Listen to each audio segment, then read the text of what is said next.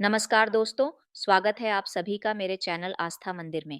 भगवान श्री कृष्ण के श्रीमुख से एकादशियों का महात्म्य सुनकर श्रद्धा पूर्वक उन्हें प्रणाम करते हुए अर्जुन ने कहा, हे केशव, आपके श्रीमुख से एकादशियों की कथाएं सुनकर मुझे असीम आनंद की प्राप्ति हुई है।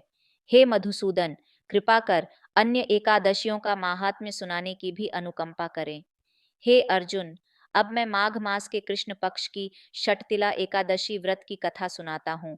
एक बार दालभ्य ऋषि ने पुलस्त्य ऋषि से पूछा, हे ऋषि श्रेष्ठ, मनुष्य मृत्युलोक में ब्रह्महत्या आदि महापाप करते हैं, दूसरे के धन की चोरी तथा दूसरे की उन्नति देखकर ईर्ष्या आदि करते हैं। ऐसे महान पाप मनुष्य क्रोध, ईर्ष्या, आवेग और मूर्खतावश करते हैं और बाद में शोक करते हैं कि हाय, यह हमने क्या किया। हे महामुनि, ऐसे मनुष्य को नरक से बचाने का क्या उपाय है? कोई ऐसा उपाय बताने की कृपा करें जिससे ऐसे मनुष्य को नरक से बचाया जा सके, अर्थात उन्हें नरक की प्राप्ति न हो। ऐसा कौन सा दान पुण्य है जिसके प्रभाव से नरक की यातना से बचा जा सकता है? इन सभी प्रश्नों का हल आप कृपा पूर्वक बताइए। दालभ्य ऋषि की बात सुन पुलत्स्य ऋषि ने कहा, हे मुनि श्रेष्ठ, आपने मुझसे अत्यंत गूढ़ प्रश्न पूछा है। इससे संसार में मनुष्यों का बहुत लाभ होगा। जिस रहस्य को इंद्र आदि देवता भी नहीं जानते, वह रहस्य मैं आपको अवश्य ही बताऊंगा। माघ मास आने पर मनुष्य को स्नान आदि से शुद्ध रहना चाहिए और इंद्रियों को वश में करके तथा काम, क्रोध, लोभ, मोह, ईर्ष्या तथा अहंकार आदि से सर्वथा बचना चाहिए। पुष्य नक्षत्र में गोबर, कपास, तिल मिलाकर उपले बनाने चाहिए। इन उपलों से 108 बार हवन करना चाहिए। जिस दिन मूल नक्षत्र और एकादशी तिथि हो, तब अच्छे पुण्य देने वाले नियमों को ग्रहण करना चाहिए। स्नानादि नित्य कर्म से देवों के देव भगवान श्री हरि का पूजन व कीर्तन करना चाहिए। एकादशी के दिन उपवास करें तथा रात को जागरण और हवन करें। उसके दूसरे दिन धूप, दीप, नैवेद्य से भगवान श्री हरि की पूजा अर्चना करें तथा खिचड़ी का भोग लगाएं। उस दिन श्री विष्णु को पेठा, नारियल, सीताफल या सुपारी सहित अर्घ्य अवश्य देना चाहिए। तदुपरांत उनकी स्तुति करनी चाहिए। हे जगदीश्वर, आप निराश्रितों को शरण देने वाले हैं। आप संसार में डूबे हुए का उद्धार करने वाले हैं। हे कमल नयन, हे मधुसूदन, हे जगन्नाथ, हे पुंडरीकाक्ष, आप लक्ष्मी जी सहित मेरे इस तुच्छ अर्घ्य को स्वीकार कीजिए। इसके पश्चात ब्राह्मण को जल से भरा घड़ा और तिल दान करने चाहिए। यदि संभव हो तो ब्राह्मण को गऊ और तिल दान देना चाहिए।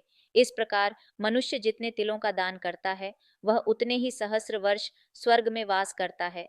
तिल स्नान, तिल की उबटन, तिलोदक, तिल का हवन, तिल का भोजन, तिल का दान, इस प्रकार 6 रूपों में तिलों का प्रयोग षटतिला कहलाती है।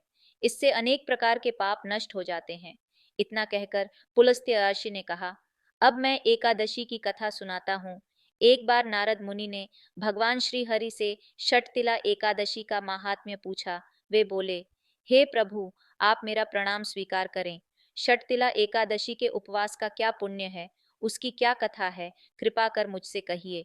नारद की प्रार्थना सुन भगवान श्री हरि ने कहा, हे नारद, मैं तुम्हें प्रत्यक्ष देखा सत्य वृत्तांत सुनाता हूँ, ध्यान पूर्वक श्रवण करो। बहुत पहले मृत्युलोक में एक ब्राह्मणी रहती थी।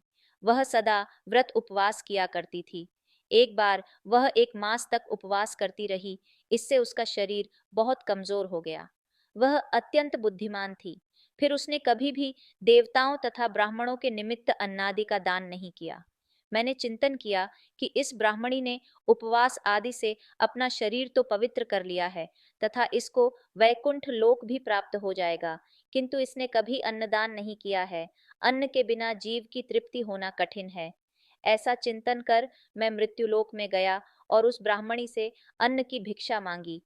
इस पर उस ब्राह्मणी ने कहा, हे योगी राज, आप यहाँ किस लिए पधारे हैं? मैंने कहा, मुझे भिक्षा चाहिए। इस पर उसने मुझे एक मिट्टी का पिंड दे दिया। मैं उस पिंड को लेकर स्वर्ग लौट आया। कुछ समय व्यतीत होने पर वह ब्राह्मणी शरीर त्याग कर स्वर्ग आई। मिट्टी के पिंड के प्रभाव से उसे उस जगह एक आम वृक्ष सहित घर मिला, किंतु उसने उस घर को अन्य वस्तुओं से खाली पाया। वह घबराई हुई मेरे पास आई और बोली, हे प्रभु, मैंने अनेक व्रत आदि से आपका पूजन किया है, किंतु फिर भी मेरा घर वस्तुओं से रिक्त है, इसका क्या कारण है? मैंने कहा, तुम अपने घर जाओ और जब देव स्त्रियां तुम्हें देखने आए तब तुम उनसे षटतिला एकादशी व्रत का माहात्म्य और उसका विधान पूछना। जब तक वह न बताएं तब तक द्वार नहीं खोलना। प्रभु के ऐसे वचन सुन वह अपने घर गई, और जब देव स्त्रियां आईं और द्वार खोलने के लिए कहने लगीं, तब उस ब्राह्मणी ने कहा, यदि आप मुझे देखने आई हैं तो पहले मुझे षटतिला एकादशी का माहात्म्य बताएं।